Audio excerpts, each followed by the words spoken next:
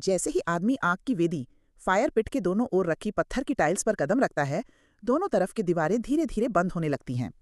अब उसके पास निकलने का सिर्फ एक ही रास्ता है, सामने जलते अंगारों का रास्ता।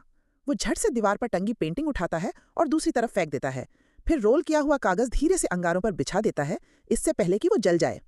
आदमी बिजली की स्पीड में उस पर पैर रखकर भागता है, लेकिन जैसे ही वो आयरन गेट फोड़कर बाहर निकलता है, सामने से दो कांटेदार बांस की दीवारें झूलती हुई उसकी तरफ आती हैं। घबराकर वो पीछे कूदकर आयरन गेट को जोर से पकड़ लेता है ताकि वो गिरे नहीं, वरना सीधे सीख पर लगकर पैनकेक बन जाता। वो गुस्से में पेंटिंग को नोच लेता है और उसका स्टिक निकालकर गेट को सहारा देता है। किसी तरह जान बचाने के बाद वो बांस की दीवारों की तरफ उंगली हिलाकर झल्लाता है, जैसे कह रहा हो, तुमसे तो बाद में निपटूंगा। अब उसके सामने वही टोकन रखा है जिसे लेने वो यहाँ आया था।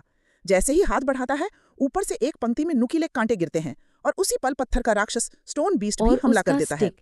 आदमी के रिफ्लेक्स तेज हैं, वो बच जाता है। पत्थर का दैत्य तेजी से उसकी ओर आता है तो वो अगरबत्ती दान के चारों ओर गोल गोल दौड़ने लगता है। दैत्य उसे पकड़ ही नहीं पाता। आखिरकार गुस्से में दैत्य के कान लंबे हो जाते हैं और वो आदमी को पकड़कर हवा में उछाल देता है, फिर लात भी मारता है।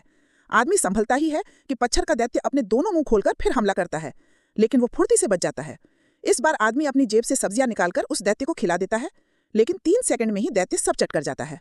अब उसके पास कुछ नहीं बचता तो वो अपने पिछवाड़े से रोकने की कोशिश करता है। तभी वो चिल्ला के अपनी दादी को बुलाता है, दादी बचाओ।